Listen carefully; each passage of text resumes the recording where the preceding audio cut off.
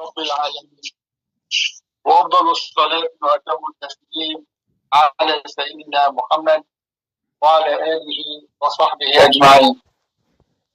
سبحانك لا علم لنا إلا ما علمتنا إنك أنت العليم الحكيم. اللهم افتح بخير واختم بخير واجعل عاقبة أمورنا إلى خير يا رب العالمين. وصلى الله على سيدنا محمد وعلى آله وصحبه وسلم. نرى الفاتحة للقاضي عياض رحمه الله.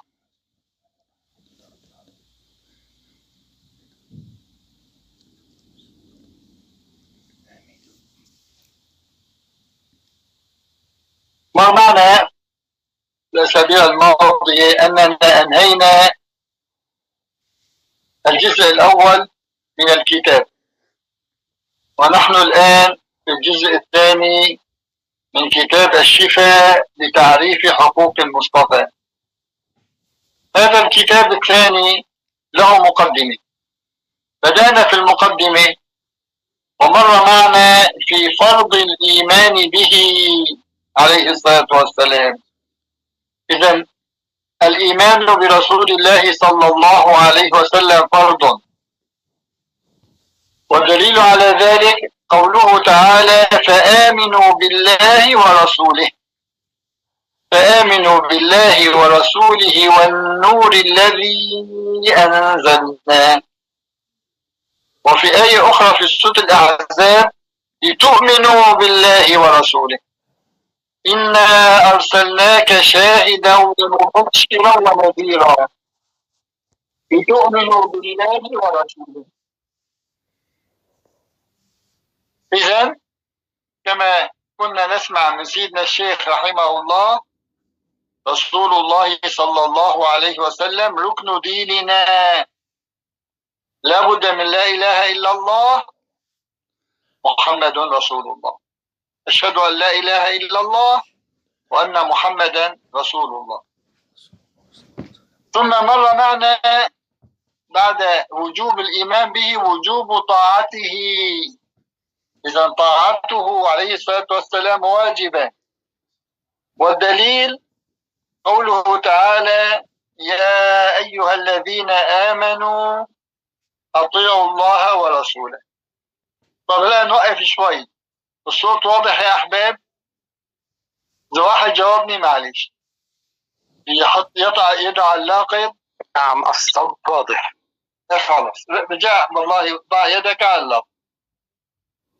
طيب، إذن وجوب طاعته عليه الصلاة والسلام: يا أيها الذين آمنوا أطيعوا الله ورسوله.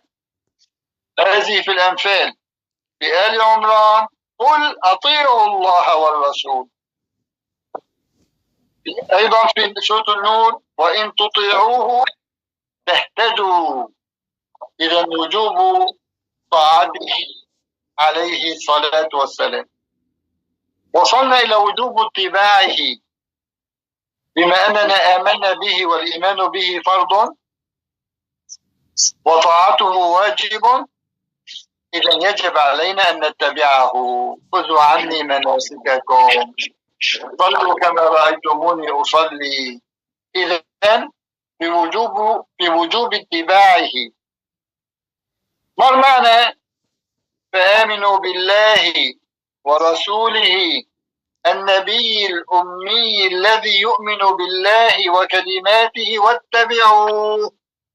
اتبعوه فالأمر لعلكم تهتدون. لقد كان لكم في رسول الله أسوة حسنة لمن كان يرجو الله واليوم الآخر.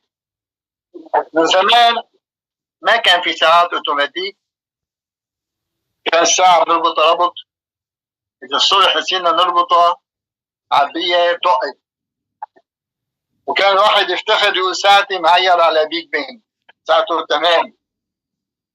فكان فينا الشيخ عبد القادر رحمه الله يقولنا: يا ابني عين شخصيتك على شخصية مقبولة عند الله. الشخصية المقبولة عند الله هي شخصية رسول الله صلى الله عليه وسلم. منهم.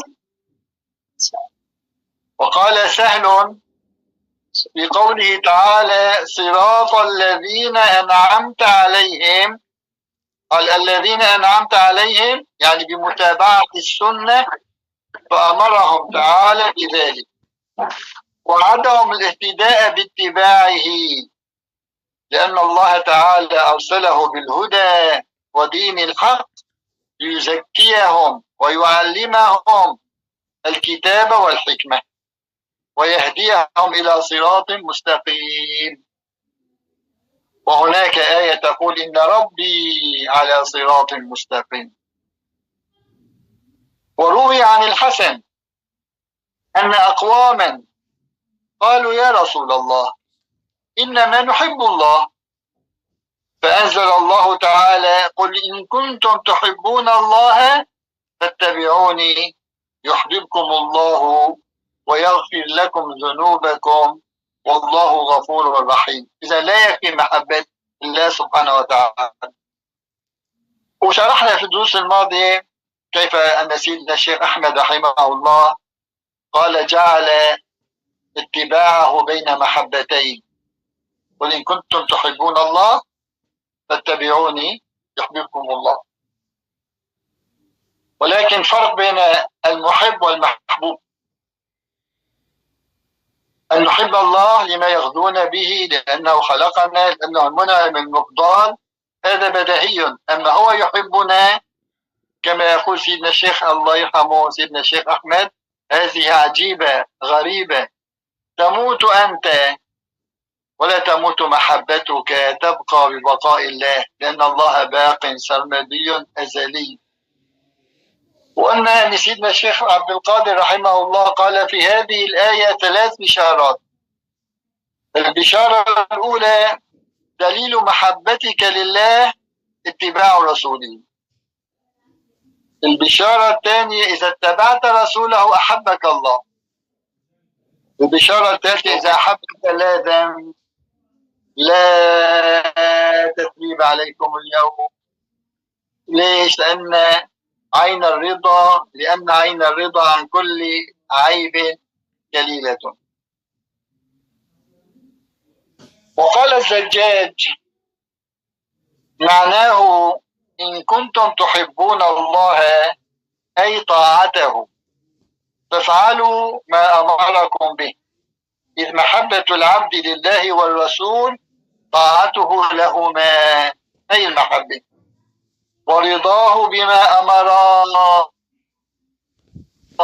ومحبة الله عفوه عنهم إذا فعلوا ذلك يعفو عنهم، وإنعامه عليهم برحمته. ويقال الحب من الله عصمة وتوفيق، ومن العباد طاعة. محبة العبد يعني يطيع مولاه، ومحبة الله لعبده العصمة والتوفيق. كما قال القائل فاعص الإله وأنت تظهر حبه، هذا لعمري في القياس بديع، لو كان حبك صادقا لأطعته، إن المحب لمن يحب مطيع. ويقال محبة العبد لله تعظيمه له، هذا هو الخشية، المحبة، المعرفة، إنما يخشى الله من عباده العلماء. محبة العبد لله تعظيمه له وهيبته منه، ومحبة الله له رحمته وإرادته الجميلة له. لذلك مرمعنا عدة مرات أن الإمام الغزالي يورد حديثا لم أرى يعني أسأل عن سنده، لكن الحديث جميل جدا. يقول الله أيما عبد اطلعت على قلبه ووجدت الغالب عليه ذكري دائما معي، صباحا لما هو بعمل بشغله، هو ذاهب، هو بياكل بده ينام، توليت سياسته. العبد أبى بتولاه، وكنت مؤانسه ومجالسه ومحادثه. وتكون المحبة بمعنى مدحه وثنائه عليه سبحانه وتعالى. طبعا الشيخ محدث، لما بقول حديث يعني بقول شي 15 رجل من جانب السند. نكتفي عن العرباض بن سارية وهو صحابي في حديثه في موعظة النبي صلى الله عليه وسلم أنه قال: جاء موضوعنا هو وجوب اتباعه، واجب اتباع الرسول صلى الله عليه وسلم. الحديث: فعليكم بسنتي وسنة الخلفاء الراشدين المهديين، عضوا عليها بالنواجذ، وإياكم ومحدثات الأمور، فإن كل محدثة بدعة وكل بدعة ضلالة. وزاد في حديث جابر: وكل ضلالة في النار. وهذا الحديث هذا يمر معنا حديث. الآن عم نشوف هذه الصور أو هذه يعني المقدمات. يقول عليه الصلاة والسلام في الحديث الذي يرويه أبو رافع: لا ألفين أحدكم متكئا على أريكته، قاعد مرتاح ولا حتى عم تأدب مع حديث سيدنا الرسول صلى الله عليه وسلم، يأتيه الأمر من أمري مما أمرت به أو نهيت عنه فيقول: لا أدري، ما وجدنا في كتاب الله اتبعناه. هذول بسموا حالهم القرآنيين. طيب أوتيت القرآن ومثله معه.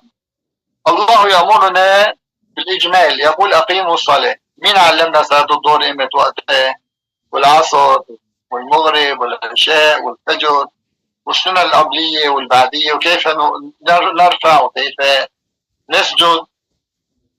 وفي حديث عائشة رضي الله عنها: صنع رسول الله صلى الله عليه وسلم شيئا ترخص به، يعني أخذ بالرخصة، ترك أمر فتنزه عنه قوم. بعض الناس قالوا: لا، ما بنعمل هيك، نحن بنعرف الأصل كذا. فبلغ ذلك النبي صلى الله عليه وسلم فقام وقال: ما بال قوم يتنزهون عن الشيء أصنعه، أنا أخذ بالرخصة، فوالله إني لأعلمهم بالله وأشدهم له خشية. وروي عنه صلى الله عليه وسلم أنه قال، وهذه الأحاديث كلها حسن صحيح حسن صحيح، لا الحديث من نراه رواه البخاري في كتاب الاعتصام. يقول عليه الصلاة والسلام: القرآن صعب مستصعب على من كرهه وهو الحكم، فمن استمسك بحديثي وفهمه وحفظه جاء مع القرآن. لذلك اللي بيحفظ القرآن الكريم وإذا بده يزداد حفظه ينتبه على التفسير. في التفسير يوجد السيرة النبوية كلها، كل السيرة. ومن تهاون بالقرآن وحديثي خسر الدنيا والآخرة. أمرت أمتي أن يأخذوا بقولي ويطيعوا أمري ويتبعوا سنتي، فمن رضي بقولي فقد رضي بالقرآن. قال الله تعالى، وهذا من الحديث: وما آتاكم الرسول فخذوه وما نهاكم عنه فانتهوا واتقوا الله إن الله شديد العقاب. وقال عليه الصلاة والسلام: من اقتدى بي فهو مني ومن رغب عن سنتي فليس مني. وعن أبي هريرة رضي الله عنه عن النبي صلى الله عليه وسلم أنه قال، وهذا الكلام نسمعه في خطبة الجمعة: إن أحسن الحديث كتاب الله وخير الهدي هدي محمد صلى الله عليه وسلم وشر الأمور محدثاتها. إذا خير الهدي هدي محمد عليه الصلاة والسلام. وعن عبد الله بن عمرو بن العاص، سيدنا عبد الله بن عمرو بن العاص أحد العبادلة الأربعة. لو سئلنا من هم العبادلة الأربعة، العبادلة الأربعة هم 4 صحابة كانوا صغار السن في عهد رسول الله صلى الله عليه وسلم. هم صحابة وآباؤهم صحابة. مثلا عبد الله بن مسعود ليس منهم. عبد الله اسمه صاحب الصحيفة الصادقة، شاب صغير لا يتجاوز عمره 17 سنة، الوحيد يكتب حديث رسول الله، الوحيد. ما أذن الرسول صلى الله عليه وسلم لأحد أن يكتب حديثه إلا عبد الله بن عمرو بن العاص. يقول سيدنا أبو هريرة: ما حسدت أحدا حسدي لعبد الله بن عمرو، كان يكتب وأنا لا أكتب، ما مسموح لي يكتب، وكان كاتب الوحي. الثاني عبد الله بن عمر بن الخطاب رضي الله عنهما، كلهم كانوا صغار. الثالث عبد الله بن عباس اللي هو حبر الأمة. الرابع عبد الله بن الزبير رضي الله عنهما. سيدنا عبد الله بن عمرو بن العاص وهو شاب صغير كان حفظان التوراة والإنجيل. قال سيدنا عبد الله: قال النبي صلى الله عليه وسلم: العلم 3، فما سوى ذلك فهو فضل. يعني غير هدول 3 زيادة. آية محكمة، أو تبع المتشابهات، أو سنة قائمة، أو فريضة عادلة. وقال عليه الصلاة والسلام: إن الله تعالى يدخل العبد الجنة بالسنة تمسك بها. إذا تمسك بالسنة وعمل بها هو سبب دخوله إلى الجنة. وقال صلى الله عليه وسلم: المتمسك بسنتي عند فساد أمتي له أجر 100 شهيد. يعني كثير سهل أجر 100 شهيد، أجر شهيد كثير. بيتمسك بسنة الرسول صلى الله عليه وسلم، بده ياكل بغسل ايديه قبل الطعام.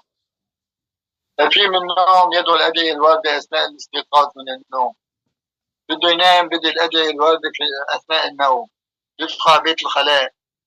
ليس الغاية الدعاء، دعاء مهم، ولكن أن يكون مع سيدنا الرسول صلى الله عليه وسلم. كيف يدخل، كيف يجلس، كيف ينام، كيف يدخل البيت ويدعو ويقرأ سورة الإخلاص، ويقول بسم الله ولجنا بسم الله خرجنا وعلى الله ربنا توكلنا، وهكذا. إذا نكون مع سيدنا الرسول صلى الله عليه وسلم في دخوله وخروجه ونومه وطعامه. قال عليه الصلاة والسلام، نعيد الحديث: المتمسك بسنتي عند فساد أمتي له أجر 100 شهيد، له أجر 100 شهيد. وقال صلى الله عليه وسلم: إن بني إسرائيل افترقوا على 72 ملة، وإن أمتي تفترق على 73 كلها في النار إلا واحدة. وقالوا: ومن هم يا رسول الله؟ قال: الذي أنا عليه اليوم وأصحابي، الذي أنا عليه اليوم وأصحابي. كل هؤلاء أهل القبلة من هذه الفرقة. واحد يقول لا سمح الله الجماعة الفلانية، الجماعة لا، كل هذه الأمة المحمدية من هذه الفرقة الناجية. وعن أنس رضي الله عنه قال صلى الله عليه وسلم: من أحيا سنتي فقد أحبني، ومن أحبني كان معي في الجنة. وعن عمرو بن عوف المزني أن النبي صلى الله عليه وسلم قال لبلال بن الحارث، إذا أحد الصحابة اسمه بلال بن الحارث: من أحيا سنة من سنتي قد أميتت بعدي فإن له من الأجر مثل من عمل بها من غير أن ينقص من أجورهم شيء. ابتدع بدعة ضلالة لا ترضي الله ورسوله كان عليه مثل آثام من عمل بها لا ينقص ذلك من أوزار الناس شيئا.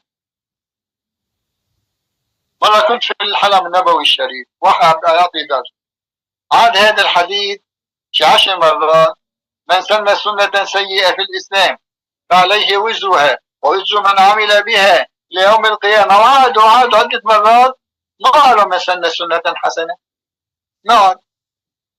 هذيك سنة سيئة بدعة، ما يسنة. لذلك سيدنا الشيخ عبد القادر رحمه الله أحيا سننا كثيرة. يعني مثلا الاعتكاف، كان طلاب العلم المشايخ يحكي عن الاعتكاف، بس هذا اعتكاف. لما التزم مع سيدنا الشيخ عبد القادر في اعتكاف في برنامج من السنة الأحياء، سيدنا الشيخ عبد القادر رحمه الله سنة الاعتكاف. من الأشياء التي أحياها لبس الحجاب، الجلباب. كان أول مثال بيلبسوا ملحفة، والصبايا بيستحوا يلبسوا ملحفة. فجاب خياطة فهيمة ودلش تعمل زم مكان الصدر تصير عريض ودرانيل شنط، وصار البنات هذول يلبسوا جلباب جميل. إذا كنت مرة في العدلية، وإذا أتى واحد من دول الخليج حكى مع سيدنا الحمريت أعطونا هيك يعني مثل نموذج عشان نعمل مثله، فسيدنا بعد جابوا له جلباب قديم أخذوه مشان يعمل مثله. أحياء الليالي، ما كان حدا يحيي الليالي. ليلة النصف من شعبان، ليلة الإسراء والمعراج، ليلة القدر، ما كانوا يجوا بالأوقاف ينشدوا كم واحد بين المغرب والعشاء. حتى مرة بتذكر اجوا لجنة من الأوقاف لأحد مساجد أحبابنا لما أذكر المسجد، احتفلوا بين المغرب والعشاء وخلصوا قبل أذان العشاء، لسه ما أذان العشاء. قالوا معاش نصلي لو ما أذن يدخل وقت العشاء، فأذنوا وصلوا وأشكل بعض الناس شلون صلوا ما أذن العشاء دخل وقته. لكن ليس هنا. إيش هالمولد اللي عملوه؟ نلاحظ يعني في بعض المناطق عندهم إحياء، وإذا الإحياء هذا بيكون كلمة صغيرة أو قصيرة وآيتين خلص الإحياء. إذا من السنة التي أحياها سيدنا رحمه الله إحياء الليالي. حلقات القرآن هذه التي انتشرت في أرجاء حلب، كان سيدنا يأمرنا كل واحد طالب في المدرسة ياخذ رفقاته تعملوا يوم بالأسبوع وصلوا الظهر جماعة في أقرب مسجد وبتعملوا درس قرآن. فكان كل المدارس حواليها مساجد فيها دروس قرآن، كل الأحياء فيها دروس قرآن، وكل واحد من أحبابنا إمام مسجد في دروس قرآن. هذه حلقات القرآن أول ما انتشرت التي أحياها هو سيدنا الشيخ عبد القادر رحمه الله. الموالد، مجالس الصلاة على الرسول صلى الله عليه وسلم، هذه ما كانت موجودة قبل. أمر بها سيدنا الهاشمي رحمه الله، وصار سيدنا يعمل الموالد في الأحياء، بعدين صار في المساجد أحبابنا، بعدين في العادية والجامع الكبير وانتشرت. صلاة التسابيح لما يكون في عنا أحياء الليالي، خاصة العشر الأخير في رمضان بعد ما نصلي التراويح نقعد مع سيدنا في حصة أسئلة وأجوبة، بعدين في مجلس مختصر، وبعدين بعد ما نخلص الحضرة والكلمة بقول اللي بده يجهز نفسه الوضوء، نصلي التسابيح. ما كان حدا بيعرف صلاة التسابيح. والشيء المهم جدا جدا اني كنا في رمضان في كل المساجد بس ما صار صلاة الوتر في محرابين، شوافها يروحوا على محراب والأحناف في محراب.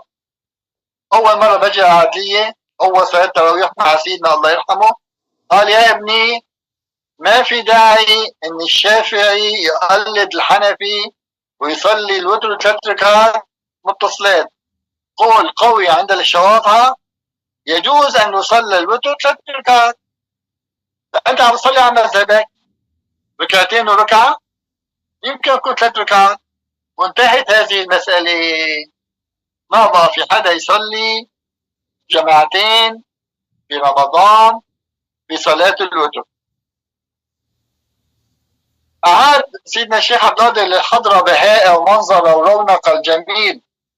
كنا ندخل على المساجد نلاقي 3 4 ختارة، كل واحد ايده فوق ايد الثانية، والله حي الله حي الله حي. نحن صغار ندخل بيناتهم نضحك نلعب، بينما سيدنا الشيخ جعل صفوف متقابلة، هو بيشرف عليهم في حلقة كبيرة بالخارج. أحبابنا بنتبه إذا واحد عمل حركات أو عمل أشياء بنفوه، وسيدنا عم بنتبه عليهم الله يرحمه. فرجعت الذكر الجماعي له بهاءه ورونقه وجماله. هذه كلها سنن أحياها سيدنا الشيخ رحمه الله.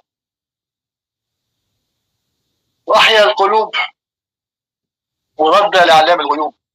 لولا ما حدث في الثمانينات فشفت المساجد ملأة بالشباب، بالقضاة، بالمهندسين، بالأطباء، بالطلاب، بالعمال، من جميع أصناف الشعب. لكن هكذا رجع الناس إلى دينهم. كان أول مثل الآن نشوف الجوامع بس بدخلوا الخطارة على المساجد ما تلاقي شباب، قليل تلاقي شباب. فعشنا في الثمانينات بهذا الجو الإيماني المفعم بالأنوار. طريقة الشاذلية، لما سيدنا أذن طريقة الشاذلية كان طريقة الشاذلية تحلى بعض الأشياء اختلاط وفي أشياء مخالفة، فسيدنا الشيخ نقاها وجعلها كما أراد سيدنا الشاذلي، كما أرادها أهل الله. حتى أنه دف، والدف مباح بالأعراس. سيدنا ما كان حتى في الأعراس نشوف في دف أو شيء، يعني ورد الدف. وضمن أعراس كثيرة مع سيدنا رحمه الله رحمه الله. وهكذا من جاء بعده سيدنا الشيخ أحمد رحمه الله. وهكذا الآن نحن نعيش مع سيدنا الشيخ محمد حفظه الله على هذه السنن على هذا الهدى. الآن سنقرأ فيما ورد عن السلف والأئمة من اتباع سنته والاقتداء بهديه وسيرته. الآن عمليا سنرى كيف الصحابة اقتدوا واهتدوا بسيدنا رسول الله صلى الله عليه وسلم.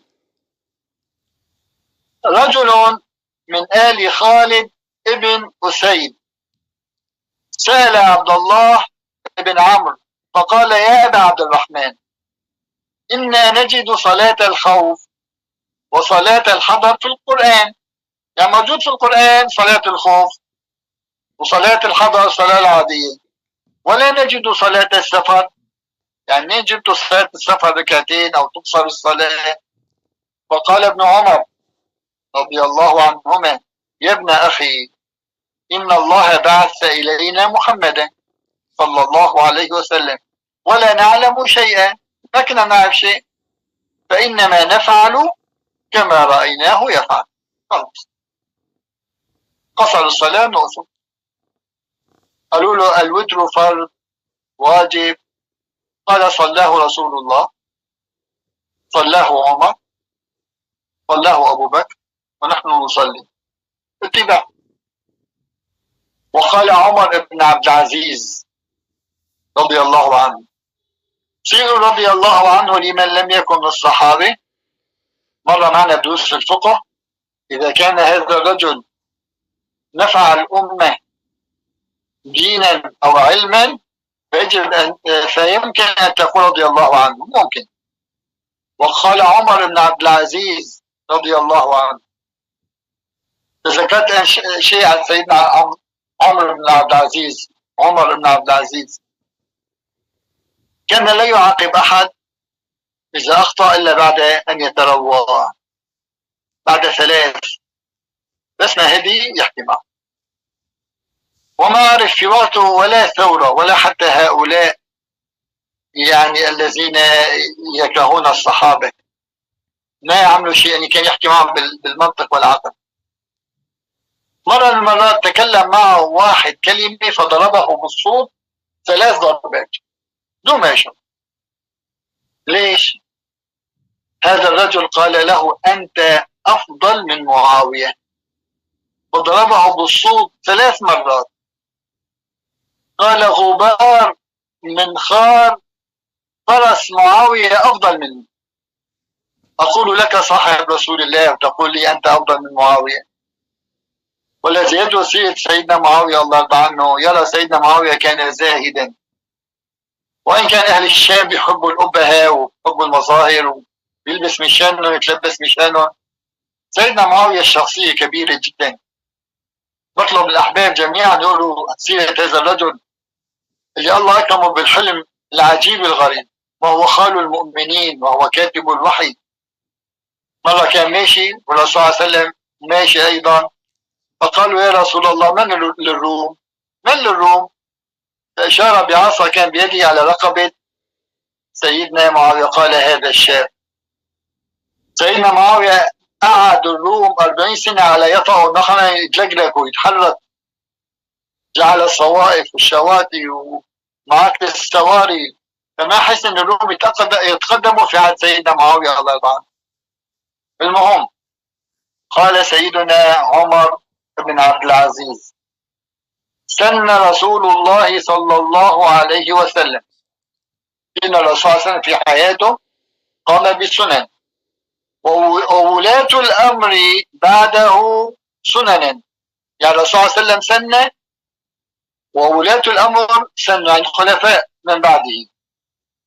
سن رسول الله صلى الله عليه وسلم وولاة الأمر بعده سننا الأخذ بها، الأخذ بهذه السنن تصديق بكتاب الله لأن ما بيجيبوا شيء من عندهم، واستعمال بطاعة الله، وقوة على دين الله ليس لأحد تغييرها ولا تبديلها ولا النظر في رأي من خالفها. لا خالفها يستطيع، ومن اقتدى بها فهو مهتد يعني مهتدي، ومن انتصر بها منصور، ومن خالفها واتبع غير سبيل المؤمنين ولاه الله ما تولى وأصلاه جهنم وساءت مصيرا. وقال ابن شهاب بلغنا عن رجال من أهل العلم قالوا الاعتصام بالسنة نجاة، الاعتصام بالسنة نجاة. وكتب عمر بن الخطاب رضي الله عنه إلى عماله يعني الولاة اللي حطهم بتعلم السنة، أمروا يتعلموا السنة والفرائض واللحن، يعني ما حدا يلحن باللغة يتكلم لغة سليمة، أي اللغة ما فيك واحد اللحن غير شيء. وقال إن ناسا يجادلونكم يعني بالقرآن فخذوهم بالسنن، هكذا فعل رسول الله هكذا عمل، فإن أصحاب السنن أعلم بكتاب الله.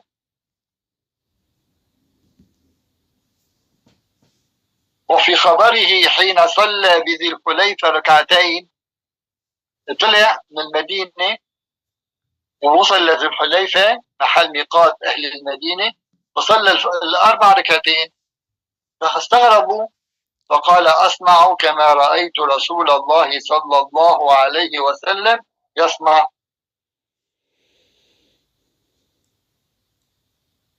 وكتب بعض عمال عمر بن عبد العزيز إلى عمر بحال بلده وكثرة لصوصه، هل يأخذهم بالظنة أو يحملهم على البينة وما جاءت عليه السنة؟ فكتب إليه عمر أنا بشك في ناس عبروا بعض الأشياء نأخذهم بالمظنة أن نقيم عليهم البينة، قال خذهم بالبينة وما جرت عليه السنة، فإن لم يصلحهم الحق فلا أصلحهم الله. وعن قوله فإن تنازعتم في شيء فردوه إلى الله والرسول، أي إلى كتاب الله وسنة رسول الله صلى الله عليه وسلم. وننهي هنا قبل أن ينقطع. وقال عمر رضي الله عنه واقترب من الحجر